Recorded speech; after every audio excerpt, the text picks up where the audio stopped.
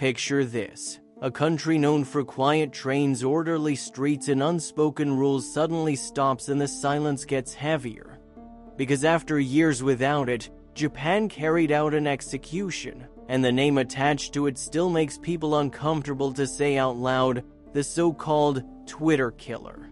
Now stay with me, because this isn't just a crime story. It's a story about how loneliness met the internet, and the internet didn't blink. Takahiro Shiraishi wasn't hiding in dark alleys or abandoned warehouses. He was hiding in plain sight behind a profile picture and a bio that read like a digital shoulder to cry on. I want to help people who are really in pain. That sentence alone should already make your instincts itch, and here's why. In 2017, Shiraishi used social media to find people who were openly struggling with suicidal thoughts. Mostly young women, teenagers, early 20s, people who weren't looking for death as much as they were looking for someone to notice they were drowning. And Shiraishi noticed. That's the first uncomfortable truth. Predators don't invent pain, they exploit it. He invited them to his apartment in Zama, near Tokyo. He told them he'd help them die. In some cases, he even claimed he'd die with them.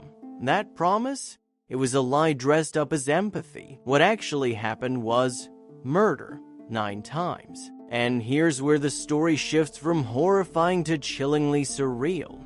Police didn't uncover this through genius detective work or a lucky confession. They were looking for a missing person. They followed a trail, they opened a door, and inside, they found dismembered body parts stored in coolers and toolboxes. Media later called it a house of horrors, which somehow still feels like an understatement. Now you'd think the facts alone would end the conversation. But this case cracked open a national debate. Because Shiraishi's lawyers tried something bold and disturbing. They argued, murder with consent.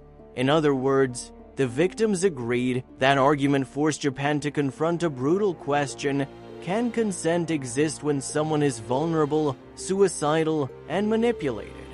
Here's the twist. Shiraishi himself rejected that defense. He stated clearly that he killed without consent. No ambiguity, no shared responsibility, just violence. That single statement collapsed the argument like a house of cards, and in 2020, he was sentenced to death. Fast forward to now. Japan carried out the execution, the first since 2022. The justice minister stated, the motive plainly, selfish sexual and financial desires. Not mercy, not twisted compassion, control, exploitation, power. And here's where the lens zooms out even further. This case didn't just end with a sentence, it changed the internet. Twitter, now known as X, updated its rules to explicitly ban content that promotes or encourages suicide or self-harm. That's not coincidence, that's consequence. Because platforms aren't neutral mirrors, they amplify. And when pain is amplified without protection, someone dangerous is always listening. Now pause for a second and ask yourself this. How many cries for help scroll past us every day, disguised as jokes, memes, or late-night posts? And how often do we assume someone else will handle it? That's the uncomfortable hook buried in this story.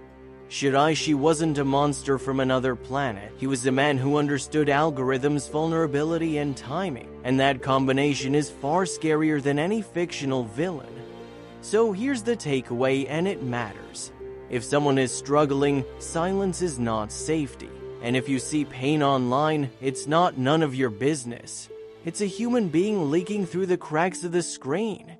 Stories like this aren't told to shock you. They're told to sharpen your awareness. Because the next tragedy doesn't announce itself, it posts quietly and waits. If this story made you pause, share it.